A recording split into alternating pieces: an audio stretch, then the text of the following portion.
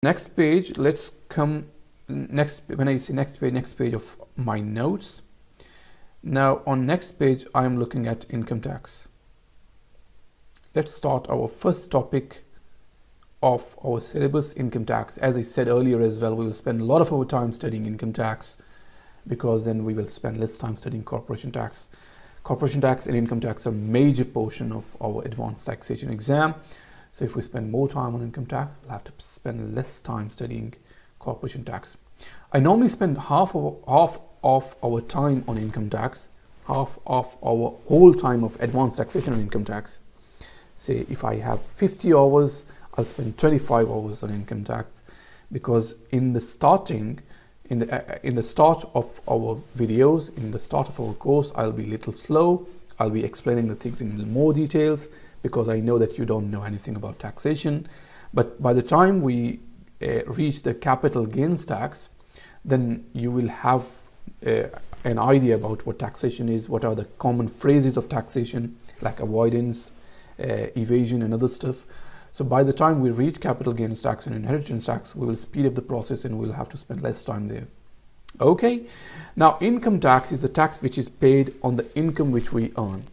And as I said earlier as well, that income could be earned from so many different ways. Now, whenever we are looking at the income tax, you can see huge questions about the income tax. And normally the typical question in advanced taxation will be that calculate income tax of an individual or a business. In most cases, it is a couple.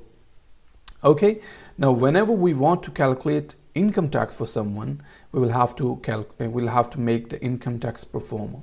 Okay, now we'll have to make the income tax pro forma. Now when we have to make the income tax pro forma, we will make it like this. We will divide our income into 3 sections. Non-savings, savings, and dividends. After that, we'll make a column of total as well. Okay, let's put the details here, shall we? I left huge space for the details. Anyway, it doesn't matter. Okay, so that's details and non-savings, savings, and dividends. Let me put details a little bit here. Details. Now, as I said that when we make the income tax pro forma, we'll make the income tax pro forma in this way. Now, by making the income tax pro forma, we will be putting the information which we will pick out of the scenario, and then we will put that information in this pro forma, because we will know that the examiner will give us that he's earning this amount of salary, this amount of property income, this amount of dividend. Excuse me. So we'll be putting all this stuff into our income tax pro forma. Now, as I said, that income could be earned from so many different ways, one of which is dividend income. Now, at this level, I hope that you know what dividends are. It's share of profit which you earn from a company when you hold the shares of that company. Okay, so if I hold the shares of Apple, whenever Apple announces the dividends, then I will be eligible for the dividend. Okay, now assuming if I hold the shares in Apple, then I'll be eligible for the dividends. Now, if I receive the dividend income will go into the column of dividends. Okay. Now, other source of income, as I said in my previous video as well, and I just said before as well that the income could be earned from so many different ways. The other way the income could be earned is from interest. Now, how can I earn interest? Now, if I'm earning £2,000 a month, I'm struggling, but I still manage to make some savings. Now, whenever I make some savings after doing all my expenses, whatever my saving is, a wise person normally goes to the bank to put the savings in the bank. Now, when I put the savings in the bank will normally pay me interest if I have already opened a savings account. Now, I will put that money in the bank and bank will pay me interest. Okay. Now, whenever I'm earning some interest, which I'm earning on what income? I'm earning the interest on the savings which I did. Okay, so whenever I'm earning some interest, I will put the interest income in the savings column. Now, dividends will go into the dividends, interest income will go into the savings, rest of the stuff, whatever the other sources of income are, they will go into the non-savings. Okay, so these are three columns: non-savings, savings, and dividend income. Dividends, as I said, will go into the dividends. The interest income will go into the savings, and all other stuff will go into the non-savings. Okay, right. So let's think about different sources of income which we can have. Now, as I said earlier as well, that dividends income will always go into the dividend. Okay. Interest income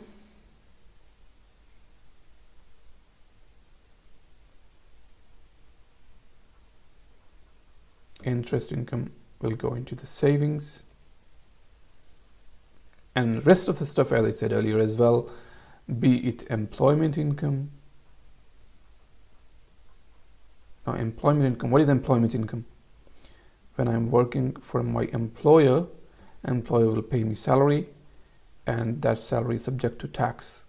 So employment income will go here. Okay, now employment income, dividend income, interest income, the pension income, I can have pension as well. What is pension? You know what pension is? When you're working and at some point you will get retired. And when you retire, the employer will pay you some pension. Okay, I'm assuming that he's an employee of any company. So employer normally pays a pension, so that pension income is also subject to tax, and it will go into the non-savings. As I earlier said, all of the sources of income will go into the non-savings. I also can have property income. So if, say for example, I had a property, I let it out to someone else, so I'm earning some rent on that, rental income or the property income will go into the non-savings. That is also subject to tax. Property income, employment income. If I'm doing a business, I'm earning some income from that as well, so that is called trading income. Okay, so I will have to pay tax on the trading income as well. I could have any other income as well apart from these, which I cannot remember now, but in the question it can give you excuse me, any other income which will go also into the non-savings column. Okay, now in the exam of P6, sorry, not P6, now it's called ATX, Advanced Taxation, you could also see excuse me, income from discretionary trust. Income from discretionary trust. Now, income from discretionary trust will also go into the non-savings income, but please remember, income from discretionary trust is always paid out after the tax. So in the question it will give you the net amount, so you will have to gross it up. So whatever the amount which is given in the question, you will have to multiply it by 100, divide it by 55, because 45% tax has already been deducted out of this. Okay, by 100 over 55. Okay, so whatever the figures, you will have to put it here. So you have to put that gross amount in the question. Net amount will be given to you in the exam. Okay. Moving a little down, so after income from a discretionary trust, we will also have in the question income from interest in possession trust. So income from interest in possession trust.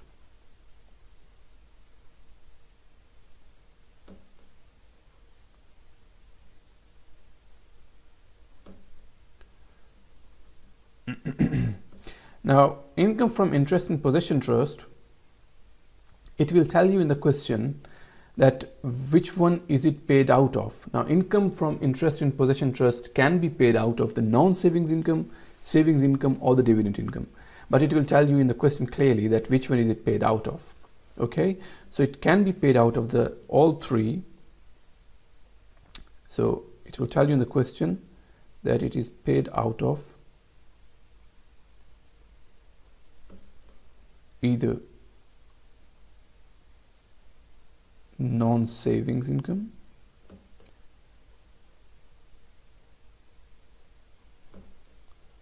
savings income,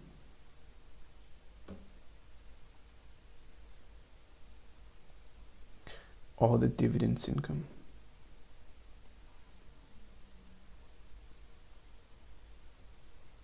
Okay, so it could be paid out of all three. So if it is paid out of the non-savings income, it will go into the non-savings. If it is paid out of the savings income, it will go into the savings income. If it is paid out of the dividend income, it will go into the dividend. Okay. And another thing also, that if it is paid out of the savings income, it will always be paid out net. So you'll have to gross it up, multiply by 100 over 80, because 20% tax has been deducted if it is paid out of the savings income only.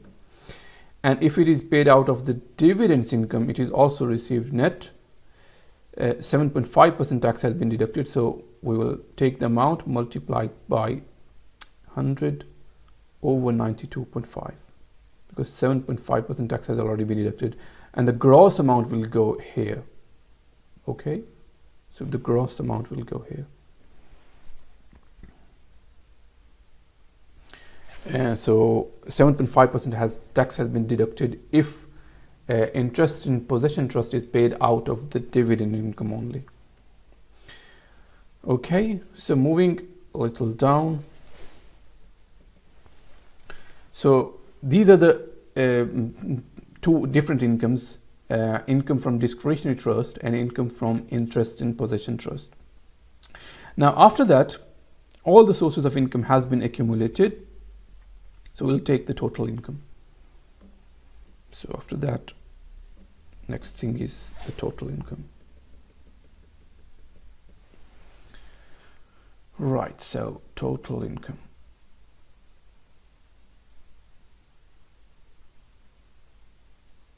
Now in total income, there will be non-savings total, savings total, and the total of dividends as well. Okay. Now, after doing the total of all the incomes, then what we deduct is deductible interest out of this, less deductible interest.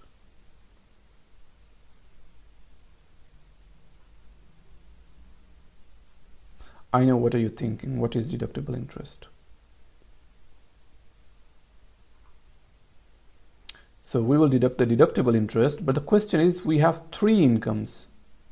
We have non-savings income, we also have savings income, but we also have dividends income too. The question is, which one shall we deduct the deductible interest out of? So our preference would be, we will deduct first from non-savings income, our second preference would be to deduct from the savings income, and our third preference would be to deduct out of the dividend income. Okay.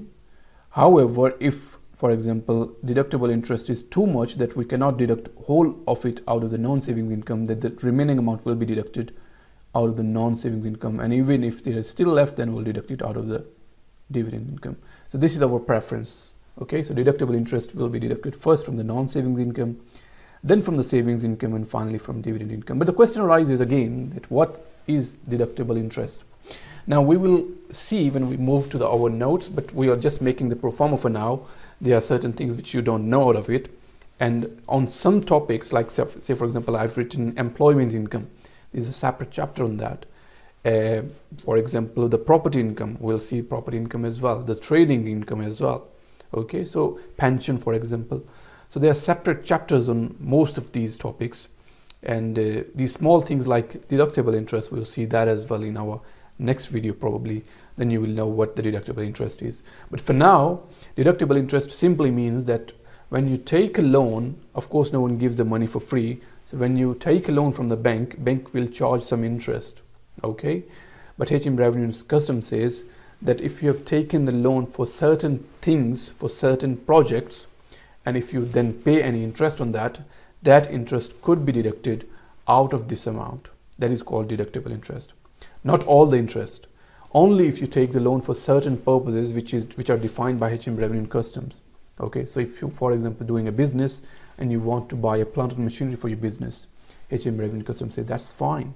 You can go out to the bank and take the money, take the loan, and whatever interest you are paying on that loan, which you took the loan for to buy the plant and machinery for the business, whatever interest which you're paying on that loan, that interest could be deducted out of here. That is called deductible interest. It was only one example. There are certain other things as well. So just to give an idea what the deductible interest is. Deductible interest simply means this. Okay.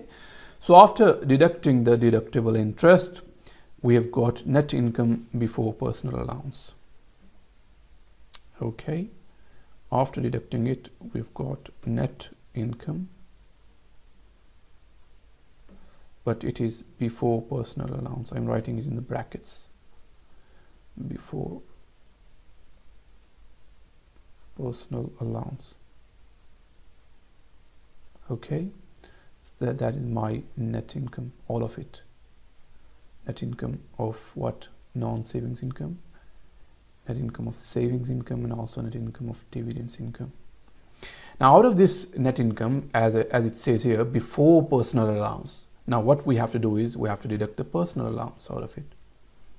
So now we will deduct the personal allowance. Okay. Now again, my question, what is personal allowance? Are you thinking the same question as well?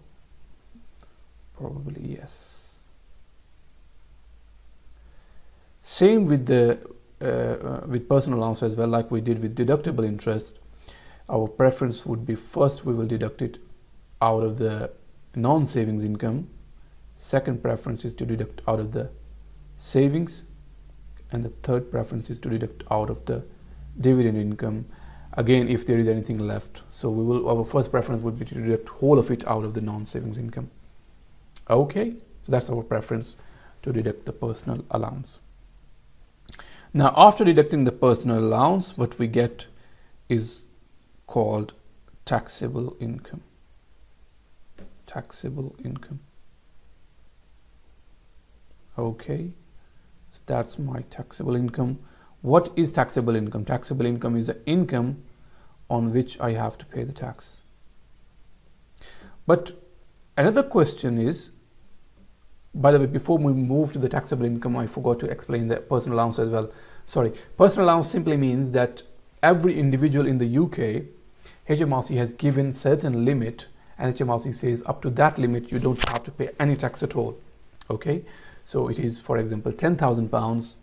So we will see that how much exactly it is when we study that topic. But for now, I assume if it is £10,000, so HMRC says up to that amount you don't have to pay any tax at all, and above that amount you do have to pay some tax. So whatever income you are earning, if you are earning £100,000, you have to deduct the personal allowance, which is a certain limit, certain exemption, and the remaining amount is taxable. Okay, so that's what personal allowance is. So this amount is called taxable income. Now the question arises that I know it is taxable income, but could you please give me any idea that how to calculate the tax? Is there any certain percentage or what? How to calculate the tax? So of course the percentages are given to you by HM Revenue and Customs, and this percentage will also be given to you in the exam as well. Okay, and the good thing is that personal allowance amount will also be given to you in the exam. Okay, so taxable income, I have to pay tax on that, but how to pay the tax? According to the tax percentages given to you in HMRC's guidelines Also, these percentages will be given to you in the exam. You don't have to memorize it. So whatever those are, so we will calculate the tax.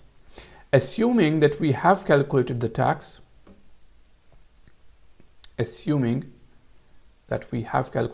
so that is our tax which is calculated,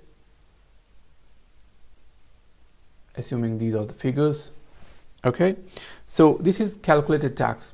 Now what we have to do with this is we have to deduct certain things out of this. Now what are these things? So first we will deduct the tax reducers.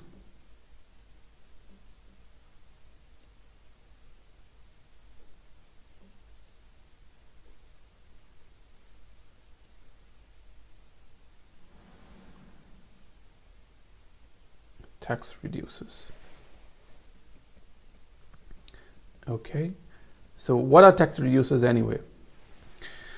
Now tax reducers are basically some schemes which are again created by HM Revenue and Custom. These are the schemes which HMRC says that if you invest in them schemes, I will give you some some relief for the tax purposes. So if I had £100,000, if I invested in that certain scheme, then HMRC will give me some reducer, some relief, so which will eventually reduce my tax liability, which will reduce my tax payable amount. So that's why it is called tax reducer. Okay, now tax reducers basically are of three types. Tax reducers are basically of three types. One is let's start from here. One is the investment made. Investment made in enterprise investment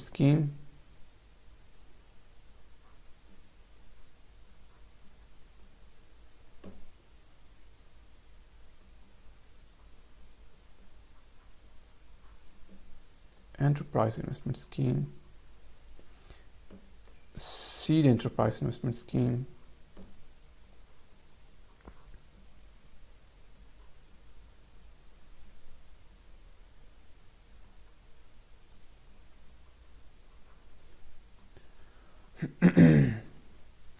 and venture capital trust.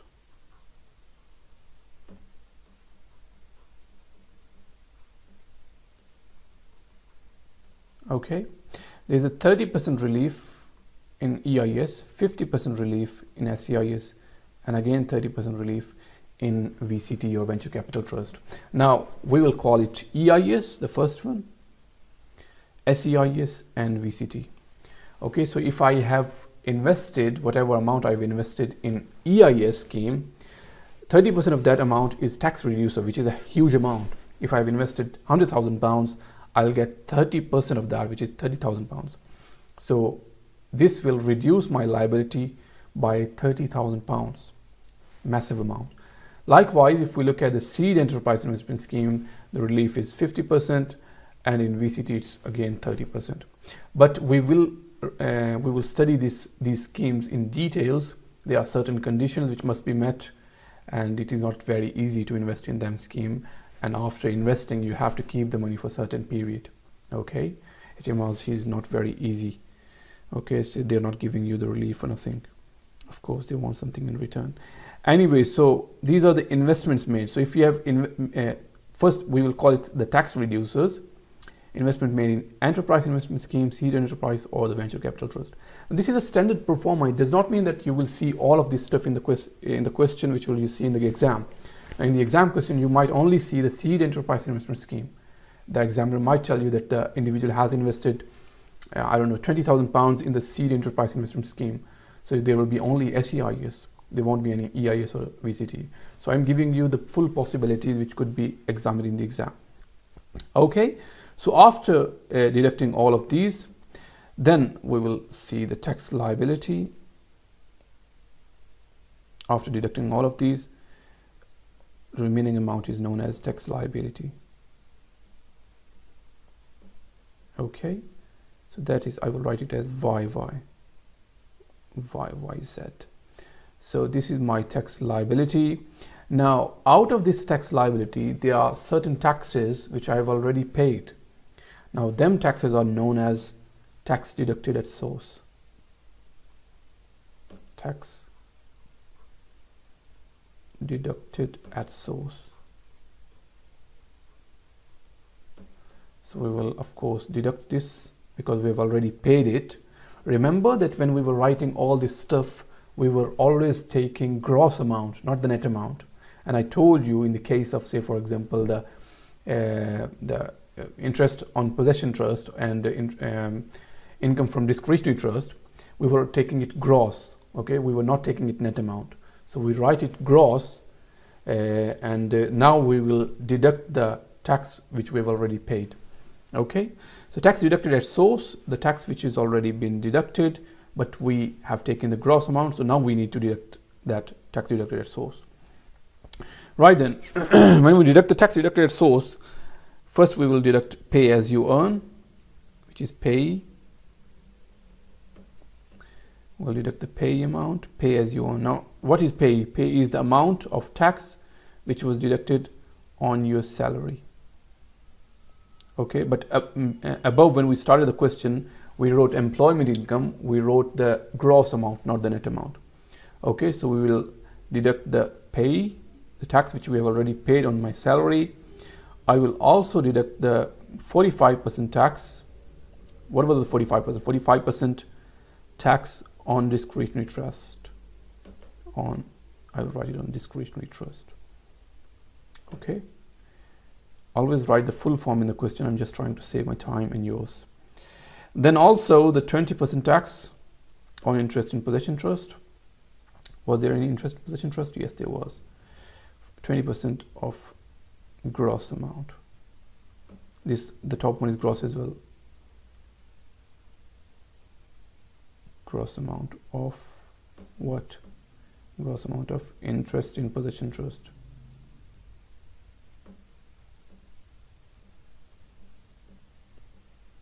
Okay.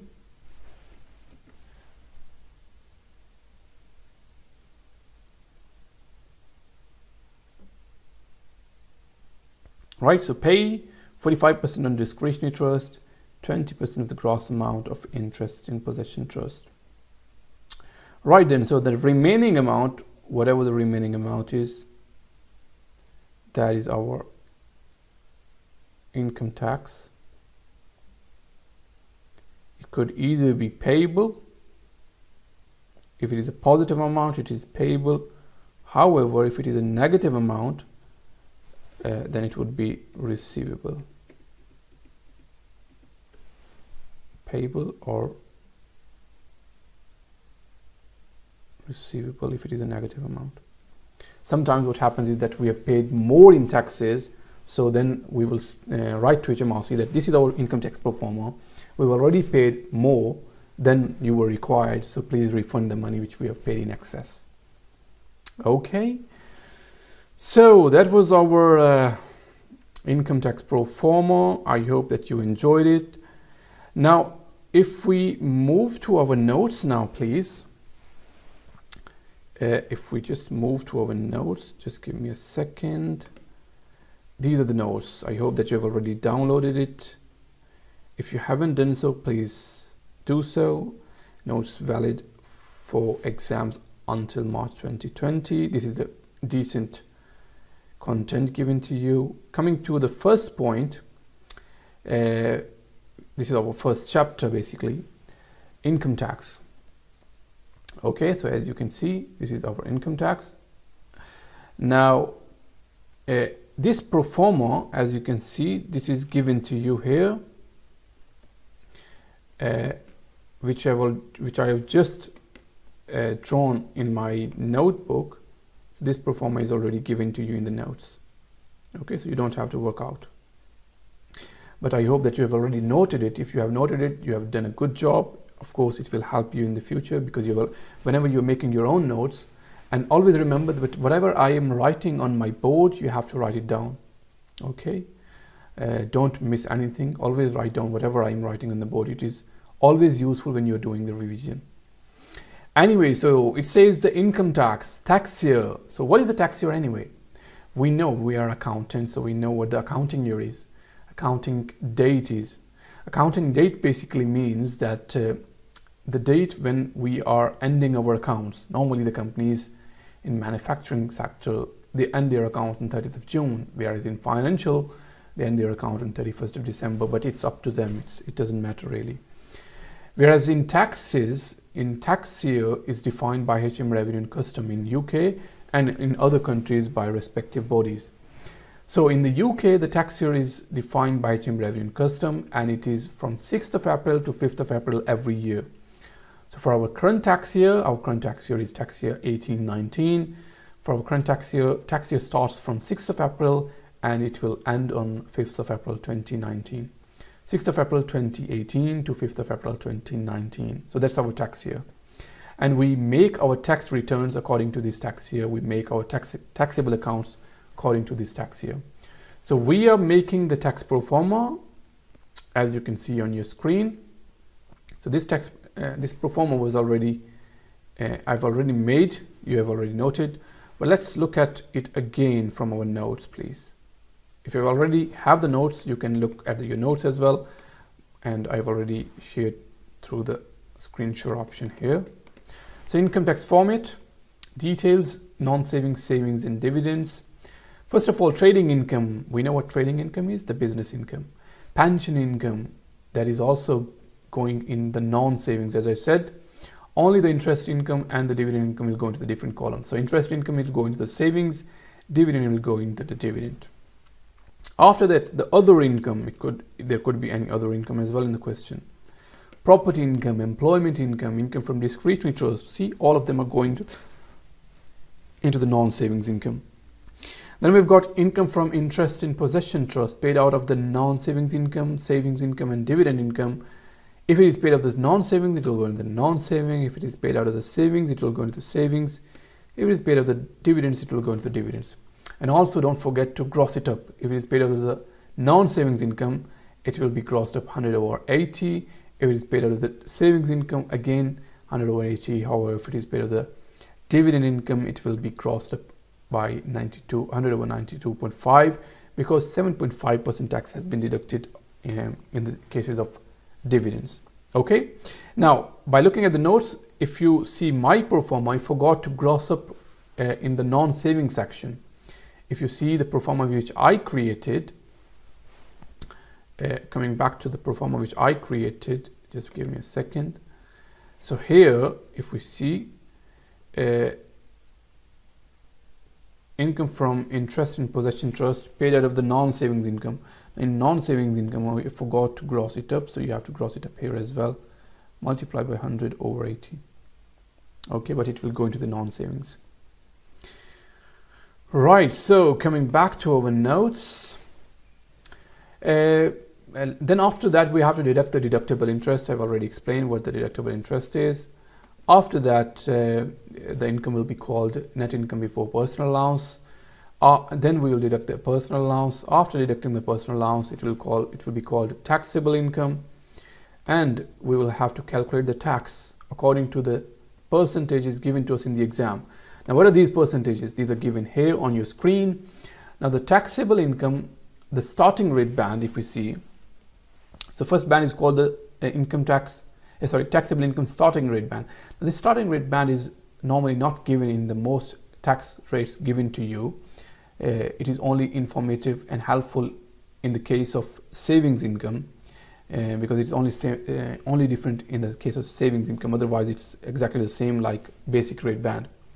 So anyway, look at it. So income from the starting in the starting rate band, if it is from 1,000 to 5,000 pounds, if it is non-savings income, the tax rate is 20. If it is savings income, the tax rate is 0%, whereas in the dividend case, it is 7.5%. Only if it is in the starting rate band, and starting rate band ranges from £1 to 5,000 pounds. Okay. And if we look at the basic rate band, so basic rate band ranges from 5,001 to 34,500. Now this 28,500 is difference between 34,500 and 5,000. Okay, so basically 28,500 will come under the basic rate band if you have total of 34,500. You might not be understanding my point now, but we will do some examples, then you will get it better. Okay, so basic rate band from 5,001 to 34,500, 20% in the non-savings, 20% in the savings, 7.5% in the dividend. Okay. See, the rate of non-savings and savings, non-savings and dividend is exactly same in basic rate band and the starting rate band. It's only different for the savings income. It's 0% in the starting rate band and 20% in the basic rate band. Otherwise, it's exactly same in the starting rate and the basic rate band for non-savings and dividend. Anyway, in the higher rate band, income from 34,501 up until £150,000, 40% in the non-savings, 40% in the savings, 32.5% in the dividend income. And additional rate band is above £150,000, 45% in the non-savings and dividend, 45% in the non-savings and savings, 38.1% in the dividend income. Assuming that we have calculated the tax according to these rates given, then that it will be called the tax, the income tax. Now after that, we have to reduce that income tax. How can we reduce it? Using tax reducers, and you have to use this order in the exam. I have just given you random order, but you have to follow this order. You will have to put VCT first, which is venture capital trust, then the EIS, and finally the SEIS. We know that there is a 50% tax reducer in the SEIS, whereas 30% in VCT and SEIS, VCT and EIS. Okay. Now after that amount, after the deduction of the tax reducer, the net amount will be called tax liability. Now some taxes we have already paid, them are called tax deducted at source, one of which is pay, then 45% of the gross amount of the discretionary trust, 20% on the interest in possession trust. Net amount will be either income tax payable or the income tax receivable. Okay. So that's it for now. That's end of this lecture. We will continue in our next video lecture, and then we will look at some more stuff, some things which we haven't seen, like deductible interest and some other things as well. For now, that's it, and I will see you in the next video lecture, and we will continue. If you want to note down this stuff, you can do so. Always note down whatever I've written in the board. I'll see you in the next video then. Goodbye.